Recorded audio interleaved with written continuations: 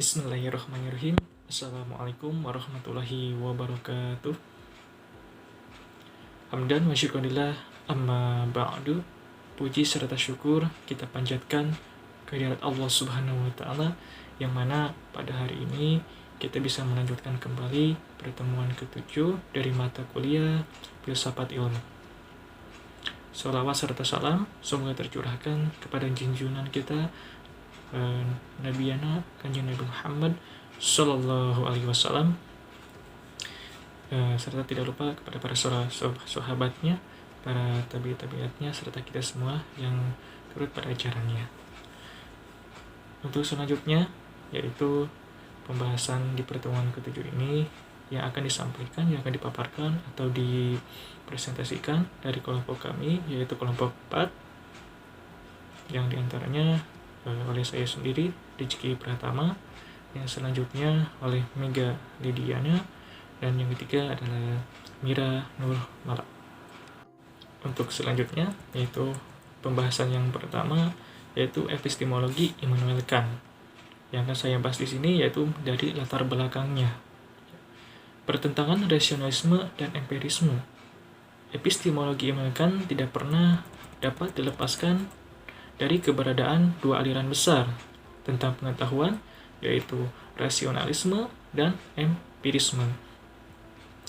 Teori pengetahuan yang dikembangkan oleh Plato dan Descartes yang disebut dengan rasionalisme yang menegaskan bahwa pengetahuan hanya akan ditemukan dengan menggunakan akal.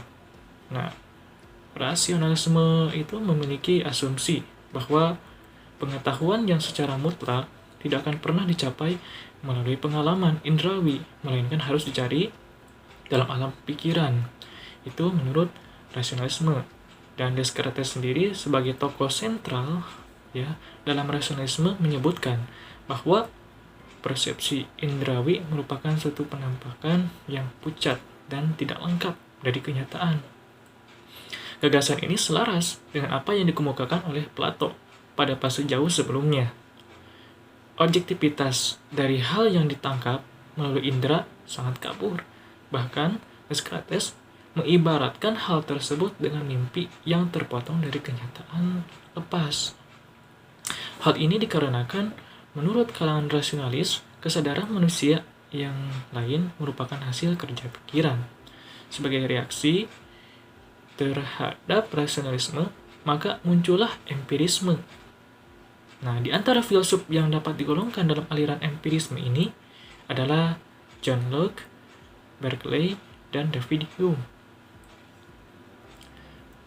Secara umum, filsuf-filsuf empiris mencoba untuk menemukan basis pengetahuan pada pengalaman indrawi. John Locke sebagai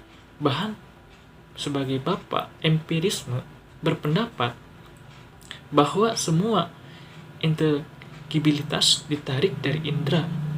Budi manusia pada saat lahir adalah tabula rasa, ibarat papan kosong yang belum ditulis apapun. Gitu.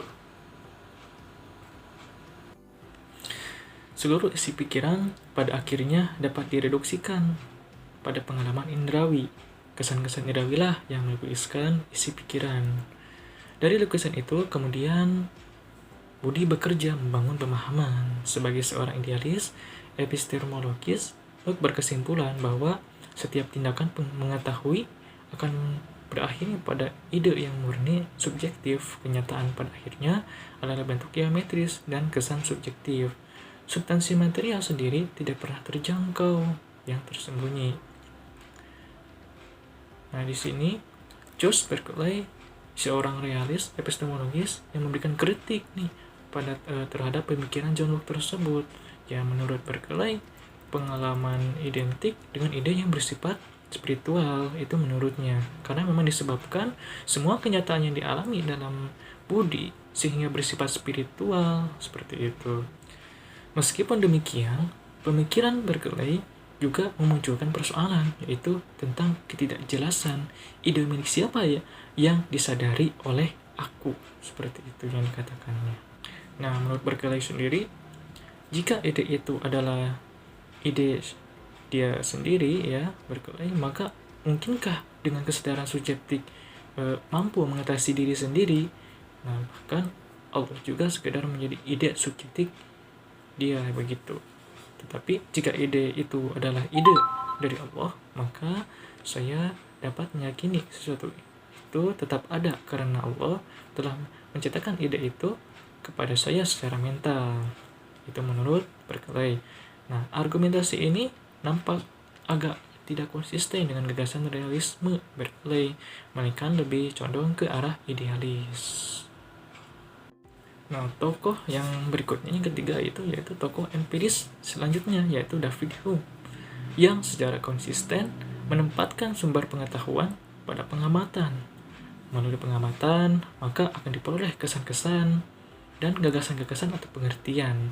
Jika kesan-kesan merupakan pengamatan langsung yang diterima, pengalaman baik lahiriah maupun batiniah yang menampakkan dengan jelas, hidup dan kuat sehingga sangat memadai, maka gagasan atau pengertian merupakan gambaran tentang pengamatan yang redup, merenungkan kembali atau merefleksikan dalam kesadaran kesan-kesan yang telah diterima dari pengalaman. Nah, gagasan hanyalah tebusan atau kopi dari kesan-kesan, sebab tidak semua dapat dihadirkan dalam pikiran lagi. Nah, jadi David Hume ini sangat setia pada epistemologi indrawi dan menolak adanya sebab atau kausalitas gitu. Jadi sebab dan akibat. Jadi menurut Hume ini, yang diamati oleh manusia sesungguhnya hanyalah urutan peristiwa dan bukanlah suatu keniscayaan. Jadi itu menurutnya. Pemahaman tentang keniscayaan itu muncul karena kebiasaan yang dikembangkan oleh manusia itu sendiri. Bahwa ketika peristiwa A terjadi, maka pasti akan terjadi peristiwa B. Jadi ada sebab akibatnya seperti itu. Sehingga ketika suatu saat terjadi peristiwa B, maka umumnya seseorang akan menghubungkan dengan adanya peristiwa A yang mendahulinya. Hal ini jadi semacam menurut Hume itu hanyalah keniscayaan subjektif pada diri individu tersebut dan bukan sebagai kenyataan objektif dari bendanya. Keniscayaan subjektif tersebutlah kemudian dimasukkan dalam urutan objektif dan diperlakukan sebagai hubungan yang tidak terelakkan di dalam peristiwa-peristiwa. Hal ini menurut Hume dapat dipahami secara psikologis, namun tidak dapat dibenarkan secara logis. Sehingga ketika terjadi sebuah peristiwa, hal itu murni sebagai sebuah peristiwa fisika belaka, sehingga tidak ada yang tidak masuk akal ketika terjadi sesuatu yang berbeda dari yang biasanya terjadi. Atas dasar inilah, David Hume menolak kausalitas, karena hal tersebut dianggap sebagai kategori yang subjektif saja, bukan keabsahan objektif. Apa yang dianggap sebagai pengetahuan oleh manusia ternyata tak hanyalah suatu cara mengatur pengalaman yang tersodor kepada manusia. Hukum alam yang seolah valid untuk semua hal sekarang maupun masa depan ternyata bagi Hume sesungguhnya tidak mampu memberikan jaminan absolut tersebut. Nah, dari ketiga pemikiran itulah, yaitu pemikiran John Locke, Berkeley, maupun Hume tersebut di atas, ternyata memberikan pengaruh yang sangat besar dalam sejarah perkembangan epistemologi barat tentunya. Tidak hanya dalam hal penyempurnaan teori empiris, pengetahuan saja, melainkan juga mulai muncul upaya-upaya untuk menjembatani permasalahan pengetahuan yang muncul dari dua teori besar tersebut, yaitu rasionalisme dan empirisme, seperti itu. Mungkin cukup sekian dari saya. Selanjutnya akan dilanjutkan oleh saudari Rediana. Kepadanya dipersilakan.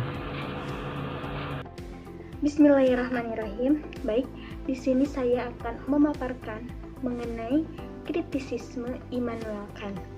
Immanuel Kant adalah seorang tokoh filsuf besar dari Jerman yang pemikirannya itu mempengaruhi semua cabang filsafat setelahnya, baik itu epistemologi, metafisika, politik, dan lain-lain. Immanuel Kant inilah yang memperkenalkan mazhab kritisisme.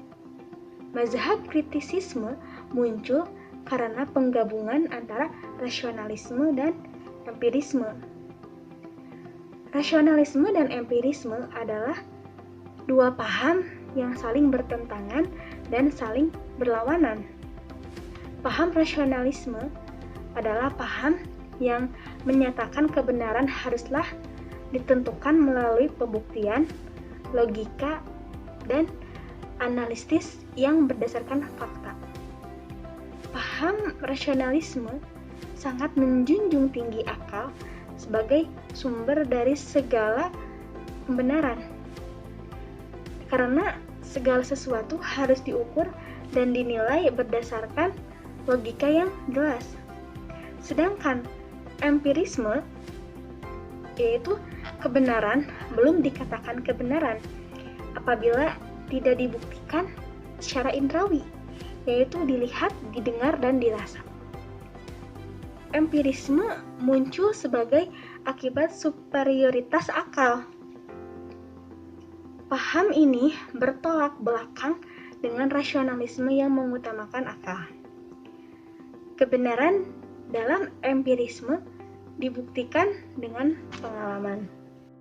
Selanjutnya, epistemologi Immanuel Kant dapat diposisikan sebagai jembatan antara rasionalisme dan empirisme.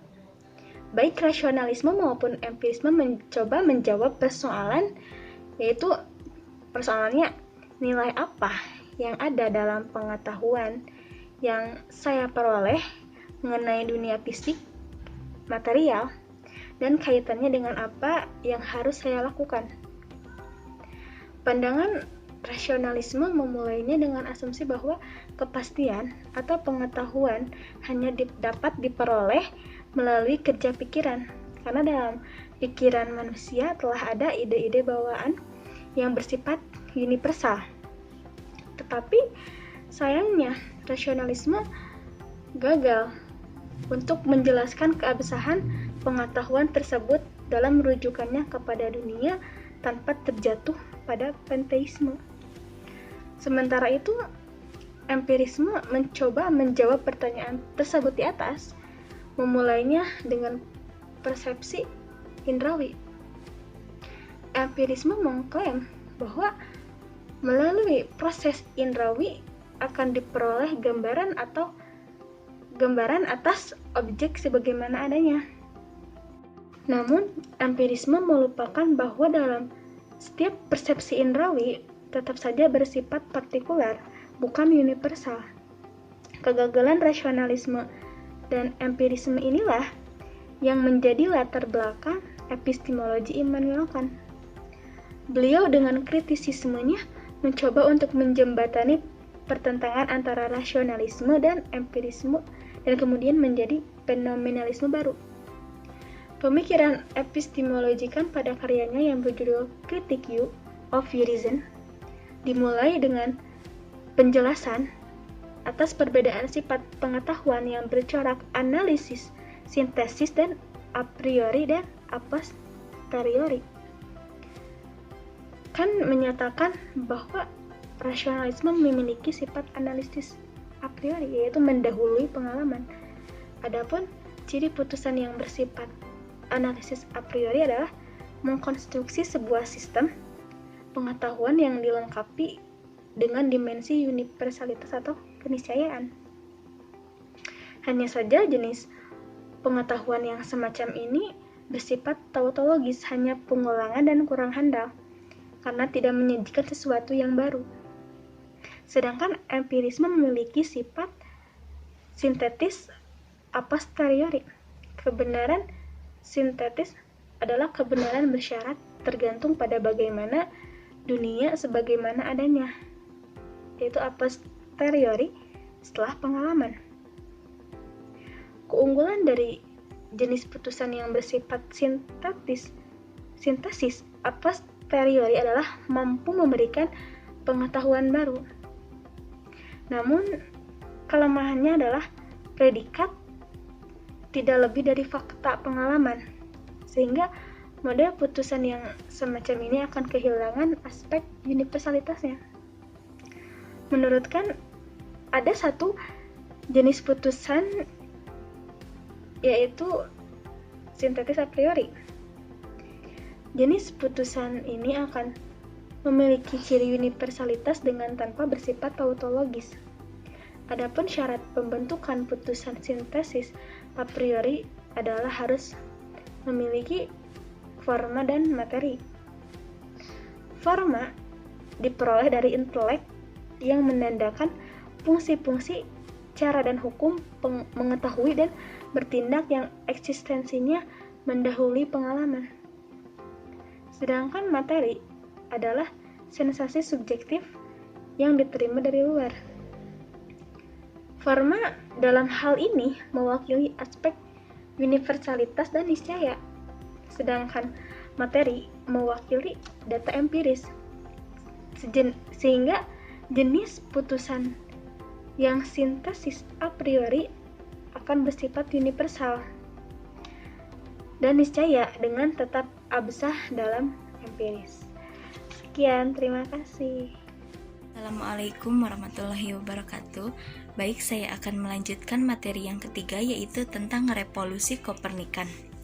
Revolusi Kopernikan yang muncul pada epistemologi Kant ini mencoba untuk menjawab pertanyaan-pertanyaan apa yang dapat kita ketahui, apa yang harus kita kerjakan, serta apa yang harus dipercaya. Menemukan pembenarannya bukan dalam realitas yang ada dalam dirinya sendiri sebagaimana metafisika tradisional memahaminya, melainkan dalam kemampuan teoritis, praktis, dan estetis manusia. Hal ini sesungguhnya dilakukan untuk mengetahui dasar kepastian tentang daya pengetahuan.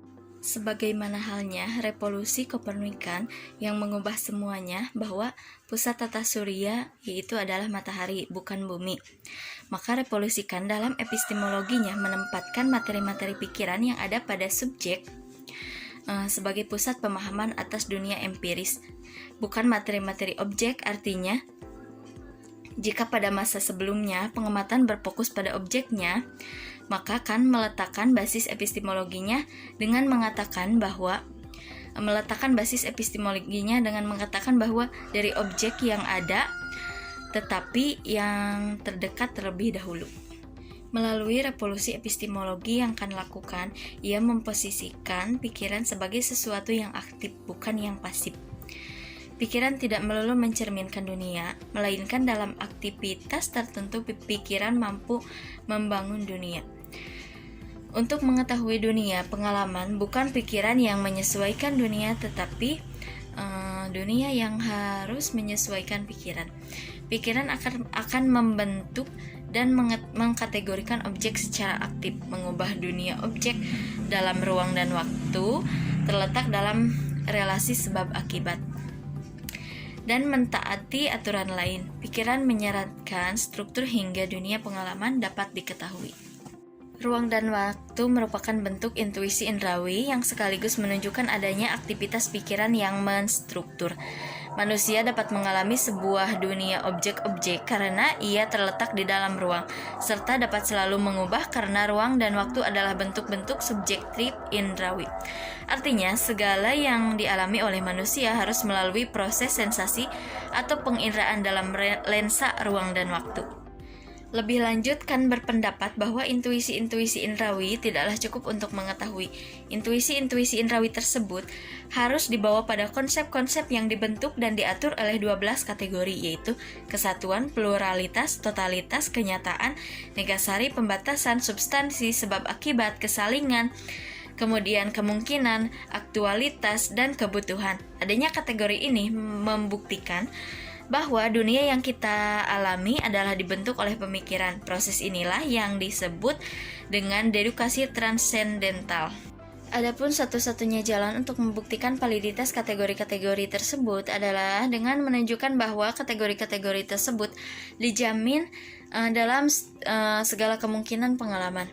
Esensi dedukasi tersebut adalah sebagai berikut. Pengalaman subjektif yang dimiliki subjek hanya mungkin jika ada dunia objek.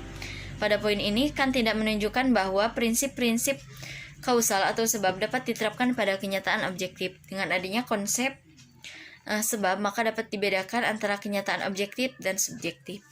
Subjek hanya dapat menangkap objek sejauh dalam fenomen. Hal ini dikarenakan noumen tidak dapat pernah terjangkau. Kategori-kategori formal akal hanya berlaku sejauh masih dalam jangkauan ruang dan waktu.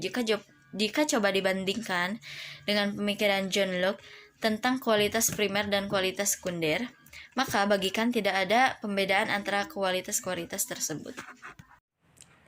Ya, itu saja yang dapat kami sampaikan. Mohon maaf apabila banyak kesalahan. Wabillahi taufiq wal hidayah. Wassalamualaikum warahmatullahi wabarakatuh.